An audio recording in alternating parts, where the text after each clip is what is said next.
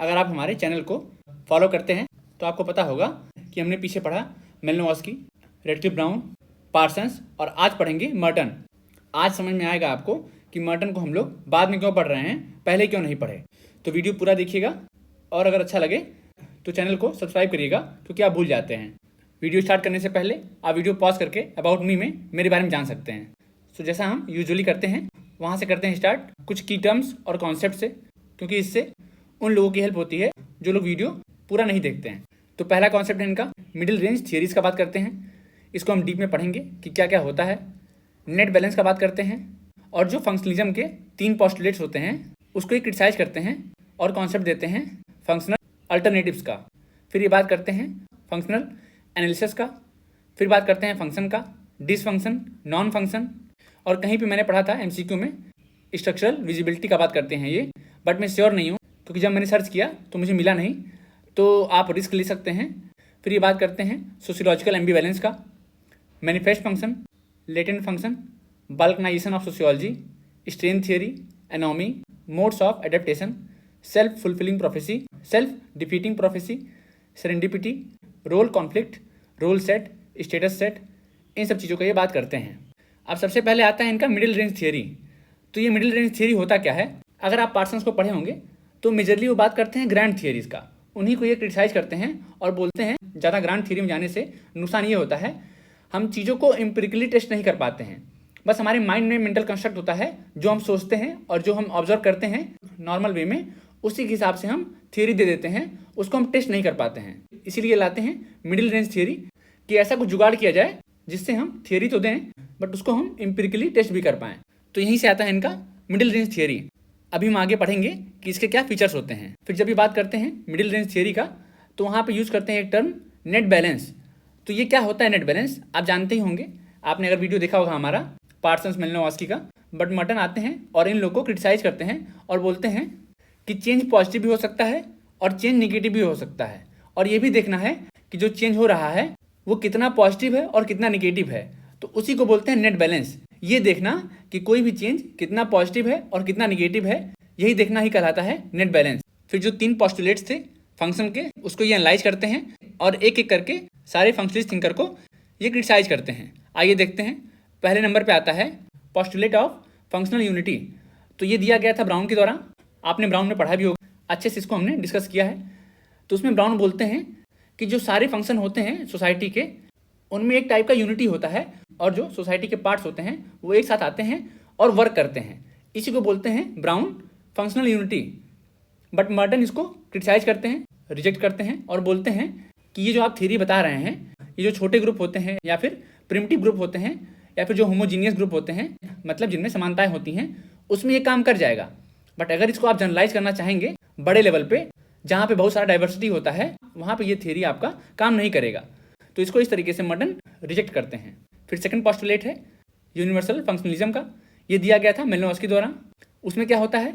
मेलिनोवस्की बोलते हैं कि स्टैंडर्डाइज्ड सोशल और कल्चरल फॉर्म होते हैं और स्ट्रक्चर्स होते हैं जिनका पॉजिटिव फंक्शन होता है।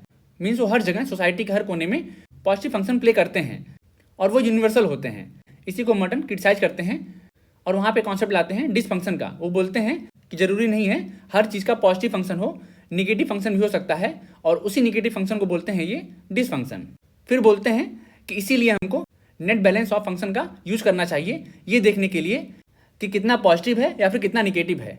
जरूरी नहीं है कि जो चीज़ एक आदमी के लिए पॉजिटिव हो वो दूसरे आदमी के लिए भी पॉजिटिव हो। फॉर एग्जाम्पल, अगर बारिश होती है तो भारत के किसी एक कोने में बारिश होना अच्छा माना जाता है उस पर्टिकुलर टाइम पे, बट आप देखेंगे दूसरे कोने पे लोग बोलते हैं कि काश इस समय बारिश ना हुई होती, उनकी फसल नुकसान हो गई है, या फिर जिसके पास शेल्टर नहीं है उसके लिए बारिश बहुत बुरी बात होती है। तो इस तरीके से हम देख सकते हैं इनके नेट बैलेंस थियरी को और डिसफंक्शन को। फिर थर्ड पोस्टुलेट है फंक्शनल इनडिस्पेंसिबिलिटी का। इनडिस्पेंसिबिलिटी का मतलब होता है ऐसी चीज जिसको हटाया ना जा सके, सब्स्टिट्यूट ना किया जा सके। तो ये दिया गया था मेलिनोवस्की द्वारा और इसको भी मर्टन क्रिटिसाइज करते हैं। बोलते हैं ऐसा कोई फंक्शन नहीं है जिसको रिप्लेस नहीं किया जा सकता है, सारे फंक्शन के रिप्लेसमेंट मौजूद हैं। और यहीं पे ये कॉन्सेप्ट देते हैं फंक्शनल अल्टरनेटिव्स का। प्लीज़ इंपॉर्टेंट है, याद रखिएगा। फंक्शनल अल्टरनेटिव का कॉन्सेप्ट मर्टन देते हैं और मेलिनोवस्की के फंक्शनल इंडिस्पेंसिबिलिटी को क्रिटिसाइज करते वक्त ये कॉन्सेप्ट देते हैं। एग्जाम्पल यहाँ पे दिया हुआ है कि एक समय ऐसा था जब वीमेन का घर का केयर करना, घर की देखभाल करना इंडिस्पेंसेबल फंक्शन था। बट अब सोसाइटी में अल्टरनेटिव आ गया है, अब फीमेल्स भी जाती हैं और वर्क प्लेस पे काम करती हैं, तो ये हो गया अल्टरनेटिव। तो इस तरीके से मॉडर्न बोलते हैं कि ये जो इनके पोस्टुलेट्स थे वो नॉन एम्पिरिकल थे, उनको एम्पिरिकली टेस्ट नहीं किया जा सकता था। तो अब ये बात करते हैं फंक्शनल एनालिसिस का, और उसमें बोलते हैं कि क्या ऐसा किया जाए जिससे थियरी को एम्पिरिकली टेस्ट कर सकें हम। तो ये बोलते हैं कि सबसे पहले देखो, जो हम डाटा ले रहे हैं उसका नेचर कैसा है, क्या वो ऐसा है कि जिसको हम चेक कर पाएँ, जिसको हम मेजर कर पाएँ, जिसको हम यूज़ कर पाएँ अपने एनालिसिस में। तो कोई भी थियरी बनाते वक्त इस तरीके के डाटा का यूज़ करना है जिसको हम यूज कर पाएँ आगे चल के। फिर ये बात करते हैं सेकंड नंबर पे ऑब्जेक्टिव कॉन्सिक्वेंसेस का। इसको अभी हम आगे और पढ़ेंगे, बट अभी मैं आपको यहाँ पे बता दे रहा हूँ। ये बोलते हैं कि जो हमारा पार्टिसिपेंट है उसके नज़रिए से नहीं देखना है चीज़ों को, एक ऑब्जेक्टिव वे में हमको चीज़ों को देखना है जिससे हम अच्छे से एनालाइज कर पाएँ कि उस पर्टिकुलर फंक्शन का मोटिव क्या है और वो कितना फंक्शनल है या फिर कितना डिसफंक्शनल है। थर्ड ये बात करते हैं डिसाइडिंग यूनिट ऑफ फंक्शन। तो फिर यहाँ पे आता है नेट बैलेंस, कि कोई भी चीज़ किसी एक ग्रुप के लिए फंक्शनल हो सकती है बट वही सेम चीज़ दूसरे ग्रुप के लिए डिसफंक्शनल हो सकती है। तो ये भी हमको देखना पड़ेगा कि जो हम ले रहे हैं डाटा को, तो वो किस एक्सटेंट तक फंक्शनल है या फिर किस एक्सटेंट तक डिसफंक्शनल है, उसी हिसाब से हमको डाटा को लेना है। फिर ये बोलते हैं हमको ये भी ध्यान रखना चाहिए कि जो सोसाइटी में चेंजेस होते हैं उसको भी हम कंसीडर करें। तो इस तरीके से इन चार चीज़ों को मिला के हम फंक्शनल एनालिसिस कर सकते हैं और चीज़ों को एम्पिरिकली टेस्ट कर सकते हैं। यहीं पे इनका कॉन्सेप्ट है फंक्शन का, हमने पढ़ ही लिया। ऐसी चीज़ें, ऐसे ऑब्जर्व कॉन्सिक्वेंसेज जिनका सोसाइटी में पॉजिटिव वैल्यू हो उनको बोलते हैं फंक्शन, और ऐसे ऑब्जर्व कॉन्सिक्वेंसेज जिनका सोसाइटी में निगेटिव वैल्यू हो उसको बोलते हैं डिसफंक्शन। फिर आता है नॉन फंक्शन। ये क्या होता है? ऐसे ऑब्जर्व कॉन्सिक्वेंसेज जिनका सोसाइटी में इस समय रिलेवेंसी ना रह गया हो, पहले रहा होगा बट अब उसका रिलेवेंसी खत्म हो चुका है। फिर ये बात करते हैं मैनिफेस्ट फंक्शन का और लेटेंट फंक्शन का।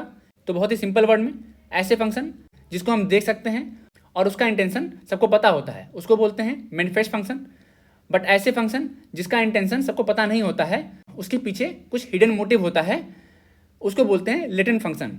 अब यहीं पे बोलते हैं कि सोशियोलॉजिस्ट क्यों इंपॉर्टेंट होते हैं। मर्टन बोलते हैं कि सोशियोलॉजिस्ट का काम है ये देखना कि जो उसका लेटेंट फंक्शन है वो क्यों हो रहा है। ले पर्सन नहीं देख पाएगा किसी भी चीज़ का हिडन मोटिव, बट अगर सोशियोलॉजिस्ट रहेगा तो उस सोसाइटी में ईजिली देख सकता है कि किसी चीज़ का लेटेंट फंक्शन क्या है। लेटेंट का मतलब होता है छुपा हुआ। अब यहाँ पे एक टर्म यूज करते हैं ये ऑब्जेक्टिव कॉन्सिक्वेंसेज, जो हमने अभी ऊपर पढ़ा कि किसी भी थ्योरी को एनालाइज करते समय सब्जेक्टिव डिस्पोजिशन को इग्नोर करना चाहिए। मीन्स हो सके किसी पर्टिकुलर इंडिविजुअल के लिए कोई चीज़ का मतलब कुछ दूसरा ही हो, बट उसको हमको ध्यान नहीं देना है। जो हमारा मेन मोटिव है उस पर हमको फोकस करना है। इसको मैं एग्जाम्पल से आपको समझाता हूँ। मान लीजिए कोई बच्चा है, वो स्कूल जाता है, हो सके उसको स्कूल जाना इसलिए पसंद हो क्योंकि उसके वहाँ पे दोस्त होते हैं और उसको खेलने को मिलता है। बट ये हो गया हमारा सब्जेक्टिव डिस्पोजिशन। अगर हमको सही से थियरी को एनालाइज करना है, एम्पिरिकली टेस्ट करना है, तो इससे हमको बाहर आना पड़ेगा। ये देखना पड़ेगा स्कूल का रियल मोटिव क्या था, स्कूल का ऑब्जेक्टिव कॉन्सिक्वेंसेस क्या था। तो वो ये था कि बच्चे को सोशलाइज करना है सोसाइटी के लिए। बच्चा तो नहीं समझ पाएगा इस चीज़ को, बट हमको समझना पड़ेगा कि स्कूल का रियल मोटिव क्या है। इसी को बोलते हैं मर्टन ऑब्जेक्टिव कॉन्सिक्वेंसेस। तो अभी हमने देखा मिडिल रेंज थियरी, उसको ऊपर ऊपर से जान लिया था। अब आते हैं थोड़ा डीप में और देखते हैं कि क्या होता है मिडिल रेंज थियरी। ये टर्म इन्होंने यूज़ किया था 1940s में, बट इसको लास्ट में इनकॉर्पोरेट किया गया था इनकी book social theory and social structure में। ये कब आई थी आप कमेंट बॉक्स में बताएंगे। तो जब ये बता रहे थे मिडिल रेंज थियरी, तो मुझे एक टर्म मिला बाल्कनाइजेशन ऑफ सोशियोलॉजी। ये बात करते हैं बाल्कनाइजेशन ऑफ सोशियोलॉजी का। ये क्या होता है शायद आपने नहीं पढ़ा होगा या फिर सुना भी नहीं होगा, बट क्या पता कल एग्जाम में पूछ ले कि कौन बात करता है बाल्कनाइजेशन ऑफ सोशियोलॉजी का। तो वो बात करते हैं मर्टन।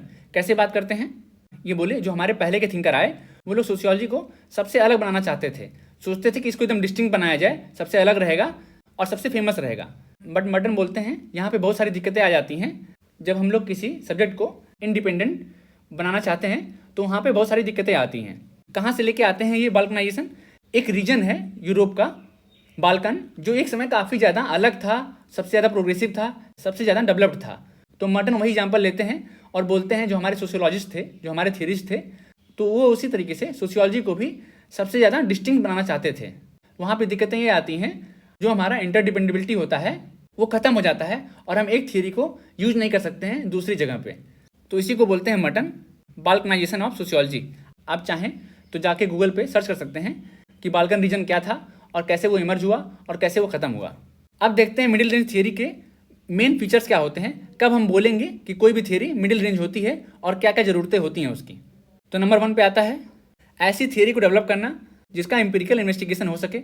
सबसे पहले हमारे माइंड में यही होना चाहिए कि थियरी ऐसी होनी चाहिए जिसका एम्पिरिकल इन्वेस्टिगेशन हो सके। अगर वो नहीं हो पा रहा है तो वो थियरी कोई काम की नहीं है। सेकंड नंबर पे क्या आता है, हाइपोथेसिस भी हमारा ऐसा रहे जिसका हम एम्पिरिकल इंक्वायरी कर पाएँ। ऐसा कुछ हाइपोथेसिस नहीं बनाना है जिसको हम टेस्ट ही ना कर पाएँ। अगर ऐसा कुछ करते हैं तो हम डाटा को लैग करेंगे और ग्रैंड थियरी की तरफ बढ़ते जाएंगे, जिससे हमको बाद में दिक्कतें आएंगी। थर्ड है, ये जो थियरीज होती हैं इनका स्कोप बहुत लिमिटेड है। क्यों लिमिटेड है? क्योंकि ऐसे डाटा को निकालना जिसको हम अपने काम में ला सकें और जिसको हम वेरीफाई कर सकें। तो जब हम ऐसा करेंगे तो सिंपल सी बात है, हमारा स्कोप काफ़ी छोटा हो जाएगा। हमें उन चीज़ों को छोड़ना पड़ेगा जिनको हम डाटा के थ्रू वेरीफाई नहीं कर सकते हैं।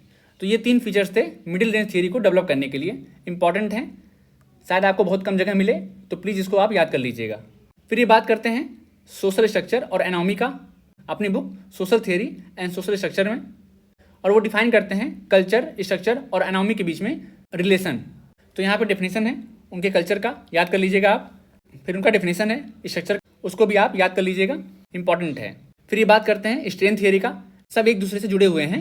एनामी, स्ट्रेन थियरी, तो जब भी किसी इंडिविजुअल को अपने गोल को अचीव करने में हिंड्रेंस आता है, बाधा आती है, वहाँ पे पैदा होता है स्ट्रेन, और वो इंडिविजुअल अपने गोल को अचीव करने के लिए दिमाग लगाता है कि क्या ऐसा किया जाए जिससे हमारा गोल अचीव हो जाए और हमको कोई दिक्कत ना आए। तो जब वो अपना लिमिट क्रॉस कर देता है किसी गोल को अचीव करने के लिए, जुगाड़ लगाता है, उसको बोलते हैं anomie, means tendency toward deviant behaviour. वो जो सोसाइटी के नॉर्म थे, रूल्स थे, उसके खिलाफ जाता है अपने गोल्स को अचीव करने के लिए। तो ये था स्ट्रेन थियरी, एनामी। अब इसी से जुड़ा हुआ ये बात करते हैं मोड्स ऑफ एडेप्टेशन का, मीन्स गोल को अचीव करने के लिए कितने टाइप के इंडिविजुअल होते हैं जो अलग अलग तरीके से काम करते हैं, अलग अलग तरीके से गोल को अचीव करना चाहते हैं सोसाइटी में अडेप्ट करने के लिए। तो यहाँ पे स्क्रीनशॉट है। प्लस का मतलब होता है कि उसको फॉलो कर रहे हैं, माइनस का मतलब होता है फॉलो नहीं कर रहे हैं। तो एक तरफ है हमारा एडेप्टेशन मेथड्स, फिर है कल्चरल गोल्स, फिर है इंस्टीट्यूशनलाइज्ड मीन्स। तो हम एक एक करके देखते हैं कि कौन किसको फॉलो करता है और कौन नहीं करता है। नंबर 1 पे आता है कन्फर्मिटी। तो इस कैटेगरी में ऐसे लोग आते हैं जो कि कल्चरल गोल्स और इंस्टीट्यूशनल मीन्स दोनों को फॉलो करते हैं। कल्चरल गोल्स क्या होते हैं? ऐसे गोल्स जो कल्चर हमको देता है। और इंस्टीट्यूशनल मीन्स क्या होते हैं? ऐसी मीन्स ऐसी चीज़ें जो हमको इंस्टीट्यूशन देता है उस गोल को अचीव करने के लिए। पहले इंस्टीट्यूशन हमको गोल देगा, फिर हमको कुछ इक्विपमेंट्स देगा, कुछ चीज़ें देगा जिसके थ्रू उस गोल को हमको अचीव करना है। तो ये थे हमारे 2 चीज़ें। अब देखते हैं कि कौन कौन से कैटेगरी के लोग कौन कौन सी चीज़ों का यूज करते हैं और कौन कौन सी चीज़ों का यूज नहीं करते हैं। तो कन्फर्मिटी वाले क्या करते हैं? वो कल्चरल गोल्स को भी फॉलो करते हैं, मीन्स जो सोसाइटी उनको गोल देगी उसको जरूर फॉलो करेंगे, और इंस्टीट्यूशनल मीन्स को भी फॉलो करेंगे। एग्जाम्पल के लिए आपने क्लास में बच्चों को देखा होगा, कुछ बच्चे ग्रेड लाने के लिए बहुत ज़्यादा ऑब्सेस्ड होते हैं। तो जो ये ग्रेड है ये हमारा कल्चरल गोल है। कल्चर ही हमको सिखाया है ना कि आपको ग्रेड लेके आना है तब आप पढ़ने में अच्छे माने जाएंगे, वरना हमको कहाँ से मालूम होता। हो सके अगर हमको कल्चर ये ना सिखाता कि ग्रेड लाना ही सब कुछ है, वो समझने पे या फिर एक्स्ट्रा चीज़ों को एक्वायर करने पे ध्यान देता, तो हमारा ओरिएंटेशन उस तरफ होता। बट ऐसा नहीं है। तो ये हो गया हमारा कल्चरल गोल, ग्रेड को लाना। अब उसके लिए इंस्टीट्यूशन ने बहुत सारे मीन्स बनाए हैं, मीन्स तरीके बनाए हैं जिसके थ्रू ग्रेड ला सकते हैं। टेस्ट लिया जाएगा, आपका मिड टर्म होगा, असाइनमेंट होगा, वाइवा होगा, एंड टर्म होगा। तो ऐसे कैटेगरी के लोग जो इन दोनों को फॉलो करते हैं उनको बोलते हैं कन्फॉर्मिस्ट, मीन्स कन्फॉर्मिटी। वो दोनों चीज़ों को फॉलो कर रहे हैं अपने गोल को अचीव करने के लिए। सेकंड नंबर पे आते हैं इनोवेटर्स। तो मान लीजिए आपका कल्चरल गोल है कि पैसा कमाना है, तो ये लोग ऐसा करेंगे जरूर, बट जुगाड़ लगाएंगे। मीन्स पैसा कमाना हो गया कल्चरल गोल्स, बट जो उसके लिए मीन्स दिए गए हैं कि आपको ये स्टेप फॉलो करने हैं, उसको ये लोग फॉलो नहीं करेंगे। ये लोग कुछ जुगाड़ लगाएंगे, घूसखोरी करेंगे, या फिर कुछ तो करेंगे ऐसा जिसके थ्रू इनको पैसा जल्दी मिल पाए और ज़्यादा मिल पाए। तो ये लोग कल्चरल गोल्स को फॉलो कर रहे हैं, बट जो उसके लिए मीन्स दिया गया है, जो इक्विपमेंट्स दिए गए हैं, जो प्रोसीजर दिया गया है, उसको फॉलो नहीं कर रहे हैं। थर्ड नंबर पे कैसे लोग आते हैं? रिचुअलिस्ट आते हैं। ये लोग क्या करते हैं? रूल्स को तो फॉलो करते हैं बट गोल्स को ही गिव अप कर देते हैं। एग्जाम्पल के लिए यहाँ पे मैंने दिया हुआ है, 2 एग्जाम्पल देता हूँ, एक ये वाला और एक अपना वाला। तो यहाँ पे दिया हुआ है कि कोई वर्कर है जो किसी मान लीजिए कंपनी में काम कर रहा है, तो काम तो करेगा बट उसने प्रमोशन का उम्मीद छोड़ दिया है।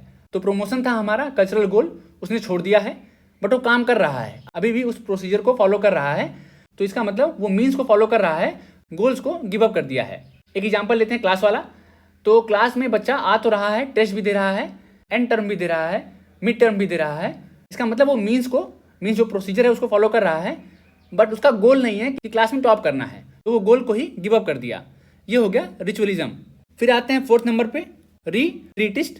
ये क्या करते हैं, ये गोल्स को भी हटा देते हैं और मीन्स को भी हटा देते हैं। बोलते हैं ना तुम्हारा हम गोल फॉलो करेंगे, ना तुम्हारा हम मीन्स फॉलो करेंगे, ना तुम्हारा प्रोसीजर फॉलो करेंगे, ना तुम्हारा गोल फॉलो करेंगे, अपने हिसाब से हम काम करेंगे। तो मान लीजिए कोई ब्रेकअप के बाद देवदास बन जाता है तो वो आ जाएगा रिट्रीटिस्ट में। वो अल्कोहल लेगा, ड्रग्स लेगा और अपनी दुनिया में खोया रहेगा। उसको मतलब ही नहीं है गोल से, मीन्स से कोई मतलब नहीं है उसको, वो अपने हिसाब से चलेगा। फिर आता है 5th नंबर पे रिबिलियन। ये सबसे अलग होते हैं। ये क्या करेंगे, नया ही गोल बना देंगे, नया ही रास्ता तैयार कर देंगे। एक तरफ पूरी दुनिया भाग रही थी, ये आएंगे बोलेंगे वहाँ मत जाओ, इधर भी चलो, ये भी एक नया रास्ता है। तो ये नया गोल बनाते हैं और नया मीन लाते हैं। तो ये सोसाइटी के गोल्स को और मीन्स को पलट देते हैं। जितने सोशल रिफॉर्मिस्ट होते हैं या फिर मूवमेंट्स आपने देखा होगा, उस समय यही होता है। सोसाइटी एक ट्रैक पे भागती है, बट कुछ लोग आते हैं और उसका पूरा डायरेक्शन ही चेंज कर देते हैं। इसको बोलते हैं रेबलिस्ट या फिर रेबेलियन। तो ये 5 कैटेगरी थी लोगों की, जिसके थ्रू मर्टन समझाते हैं कि कैसे स्ट्रेन थियरी वर्क करती है और कैसे डेविएंस आता है सोसाइटी में। इंपॉर्टेंट है, याद रखिएगा, इसीलिए रियल लाइफ एग्जाम्पल के थ्रू आराम से समझाया हूँ। फिर एक टर्म है रेफरेंस ग्रुप, जिसको कॉइन किया था हर्बर्ट हाइमन ने अपनी बुक आर्काइव्स ऑफ साइकोलॉजी में। इसका मतलब क्या होता है, ऐसा ग्रुप जिनकी तरह हम बनना चाहते हैं उनको हम as a reference model use करते हैं और सोचते हैं काश हम ऐसा बन पाएँ, तो उसको बोलते हैं रेफरेंस ग्रुप। मर्टन इसी को लेते हैं और बोलते हैं ऐसे कुछ इंडिविजुअल भी होते हैं जिनकी तरह हम बनना चाहते हैं और उनको बोलते हैं मर्टन रेफरेंस इंडिविजुअल या फिर रोल मॉडल। तो उनकी तरह हम पूरी तरीके से बनना चाहते हैं। बट यहाँ पे एक और थिंकर आते हैं, थियोडोर न्यूकॉम्ब। न्यूकॉम्ब बात करते हैं पॉजिटिव रेफरेंस ग्रुप का और निगेटिव रेफरेंस ग्रुप का। हालांकि मर्टन भी बात करते हैं इस चीज़ का, ये मेजरली कॉन्सेप्ट है न्यूकॉम्ब का। वो बोलते हैं ऐसा रेफरेंस ग्रुप होता है जिसकी तरह हम बनना चाहते हैं तो उसको बोल देंगे पॉजिटिव, और ऐसा भी होता है जिनसे हम नफरत करते हैं और चाहते हैं ऐसा कभी ना बने, निगेटिव रेफरेंस ग्रुप। फिर नेक्स्ट टर्म है रिलेटिव डिप्रीवेशन, जिसको कॉइन किया था सैमुअल ए स्टॉफर ने अपनी बुक द अमेरिकन सोल्जर्स में 1949। तो ये ऐसा डिप्रीवेशन होता है जिसमें हम एक दूसरे से कंपेयर करते हैं अपने आप को और तब हम फील करते हैं कि हम डिप्राइव्ड हैं। तो मान लीजिए किसी के पास बड़ी गाड़ी है, बड़ा बंगला है, उससे हम अपने आप को कंपेयर करेंगे। अगर हमारे पास 2 पहिया है तो हम बोलेंगे हमारे पास कार नहीं है। तो ये हो गया हमारा रिलेटिव डिप्रीवेशन, मीन्स हम रिलेट करके अपने आप को डिप्राइव्ड महसूस कर रहे हैं। फिर एक कॉन्सेप्ट है मर्टन का एंटीसिपेटरी सोशलाइजेशन का। इसमें क्या होता है, जो हमारा नया सोशल सेटिंग होने वाला है उसमें जाने से पहले हम अपने आप को प्रिपेयर करते हैं, तैयार करते हैं कि वहाँ पे हमको जाना है तो इस तरीके से हमको रहना पड़ेगा। एग्जाम्पल के लिए आपने देखा होगा अपने घर में, अगर आपकी छोटी बहन होगी या बड़ी बहन होगी, उसको घर वाले इस तरीके से बोलते हैं कि अपने ससुराल जाएगी तो क्या करेगी, खाना बनाना सीख ले, कढ़ाई बुनाई सीख ले। पढ़ने के लिए भले नहीं बोलेंगे कि नौकरी कर लो, कुछ काम कर लो, इससे आप इंडिपेंडेंट हो जाओ, बट ये जरूर सिखाएंगे कि शादी के बाद तुमको वहाँ पर जाके रहना है, तो उस हिसाब से अपने आप को तैयार कर लो। मतलब शादी ही सेंटर है, बाकी ज़िंदगी में कुछ रहे चाहे ना रहे, शादी जरूर करना है। तो उसके लिए आप अपना पूरा यूथ बर्बाद करते हैं किसी और के घर में जाके रहने के लिए। तो ये एग्जाम्पल हो गया एंटीसिपेटरी सोशलाइजेशन का।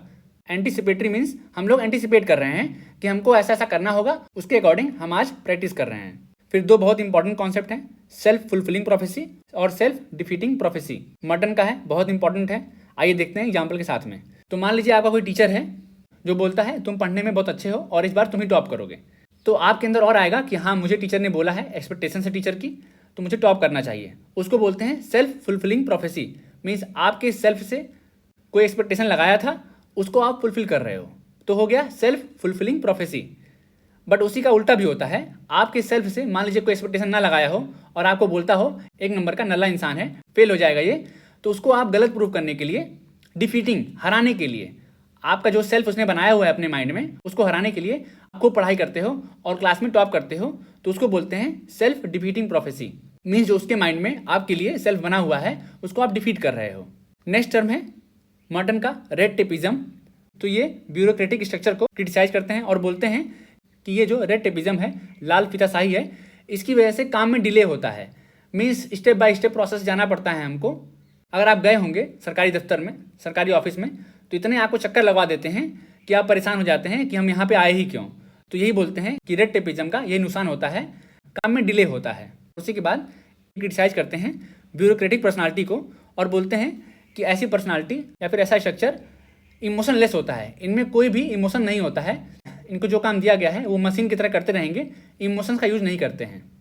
अब मर्टन बात करते हैं, अगर एक अच्छा साइंटिफिक रिसर्च करना है तो उसके लिए 4 नॉर्म्स होने चाहिए, 4 चीज़ें होनी चाहिए जिसको हमको फॉलो करना ही करना है। पहला है कम्युनिज्म, दूसरा है यूनिवर्सलिज्म, तीसरा है डिसइंटरेस्टनेस और चौथा है ऑर्गेनाइज्ड स्केप्टिसिज्म। तो कम्युनिज्म क्या होता है कि अगर मान लीजिए कोई चीज़ें हैं जो साइंटिफिक हैं वो पूरी सोसाइटी के लिए एक्सेसिबल होनी चाहिए, ऐसा नहीं कि उसको आप छुपा के रख लिए, उसको आप पब्लिक नहीं कर रहे हो, ऐसा नहीं होना चाहिए। तो कम्युनिज्म होना चाहिए में सबके लिए समान अपॉर्चुनिटी होनी चाहिए उस चीज़ को पढ़ने के लिए या फिर उस चीज़ को जानने के लिए। तो ये एक फीचर है अच्छी साइंटिफिक रिसर्च का। दूसरा क्या है, यूनिवर्सल होना चाहिए, उसमें पर्सनल कैरेक्टरिस्टिक्स नहीं होना चाहिए, वो ऐसा होना चाहिए जिसको हम यूनिवर्स लेवल पे अप्लाई कर पाएँ, मीन्स मैक्रो लेवल पे अप्लाई कर पाएँ, ना कि केवल माइक्रो लेवल पे ही सीमित रह जाए। थर्ड क्या है, कोई भी साइंटिस्ट जो है उसका सेल्फ इंटरेस्ट ध्यान में रख के काम नहीं करना चाहिए, उसका पर्सनल बायस है, जो उसके पर्सनल वैल्यूज़ हैं उसको हटा के काम करना चाहिए। तो ये हो गया तीसरा डिसइंटरेस्टनेस। और चौथा है ऑर्गेनाइज्ड स्केप्टिसिज्म। जानते ही होंगे साइंस बेस्ड ही है क्वेश्चन के ऊपर, वो अपने आप पे भी क्वेश्चन करता है। तो यहाँ भी मर्टन बोलते हैं कि स्केप्टिसिज्म मीन्स क्वेश्चनिंग करना, डाउट करना बहुत जरूरी है, वरना हम आगे नहीं बढ़ पाएंगे। तो उसी को बोलते हैं एक ऑर्गेनाइज मैनर में हमको डाउट करने आना चाहिए, तभी हम आगे बढ़ पाएंगे। तो ये 4 फीचर थे अच्छे साइंटिफिक रिसर्च के। फिर मर्टन बोलते हैं सोशल स्ट्रक्चर इज पॉलीफेलेटिक और पॉलीमॉर्फस। अगर आपको इसको समझना है अच्छे से जाके आप पढ़ सकते हैं, मैंने पढ़ाया है सोशल स्ट्रक्चर में एग्जाम्पल के साथ में कि इसका क्या मतलब होता है। नेक्स्ट एक बहुत ही इंपॉर्टेंट टर्म है सेरेंडिपिटी, अपनी बुक में ये बात करते हैं इसका। ये बोलते हैं कई बार जब हम सर्च करने जाते हैं, कुछ नया रिसर्च करते हैं, तो उसको हम कर रहे होते हैं किसी और चीज़ के लिए, बट वो रिसर्च करते करते हमें कुछ ऐसी चीज़ मिल जाती है जो उस चीज़ से भी ज़्यादा इंपॉर्टेंट थी, बट एक्सपेक्टेड नहीं था कि वो मुझे मिल जाएगा। तो इसी को बोलते हैं मर्टन सेरेंडिपिटी। नेक्स्ट मर्टन बात करते हैं सोशियोलॉजिकल एम्बिवेलेंस का। इसमें क्या होता है, जब हम अपने रोल को प्ले कर रहे होते हैं तो उसको प्ले करते वक्त बहुत सारी दिक्कतें आती हैं, हमको डिलेमा होता है कि हमें ये करना चाहिए या फिर ये करना चाहिए, ये रोल करना चाहिए या फिर वो रोल करना चाहिए।